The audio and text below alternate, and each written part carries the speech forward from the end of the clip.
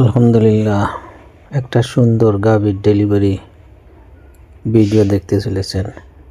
Delivery কিভাবে করতে হয় অবশ্যই সম্পূর্ণ ভিডিওটা দেখবেন, তারপরে যাচাই করবেন। আগেই বলে রাখি, বাছুরের মাথা ভিতরে আগেই ঘুরেছিল। আগে মাথাটা পজিশন আনা হয়েছে, তারপরে দড়ি বাঁধা হচ্ছে। দড়ি বাঁধার পরে আস্তে আস্তে টান দেওয়া হচ্ছে। সবচেয়ে বড় সমস্যা, এই বাড়িতে কোনো পুরুষ মানুষ ছিল না, যে কারণে আমি একাই কাজ করতে থাকি।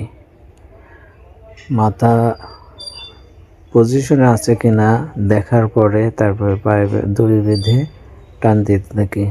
এর মধ্যে শক্তি বেশির প্রয়োজনের কারণে একজন মহিলা সহযোগিতা করে। উনি দড়ি ধীরে টান দিতে থাকে, আমি মাথার পজিশন ঠিক রেখে আমিও সাথে সহযোগিতা করতে থাকি। এভাবে টানতে টানতে এক পর্যায়ে ইনশাল্লাহ বাছুরটা বের হয়ে আসে। মাথার পজিশন ঠিক না থাকলে অবশ্যই বাচ্চা আসবে না। মাথার পজিশন ও পায়ের পজিশন ঠিক রাখতে হবে, তারপরে টান দিতে হবে, নাহলে পরে বাচ্চা আসবে না। ভিতরে বেঁধে গেলে তো সমস্যা। ইনশাল্লাহ আলহামদুলিল্লাহ বাচ্চা বের হয়ে এসেছে।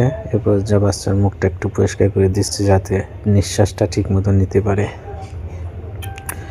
পরে আমি যে দড়িটা বেঁধেছি ওই দড়ির উপরে পা দিয়ে বেশি শক্তি প্রয়োজনের কারণে জোরে টান দিই। ইনশাল্লাহ বাছুরটা চলে আসছে। ইনশাল্লাহ সম্পূর্ণ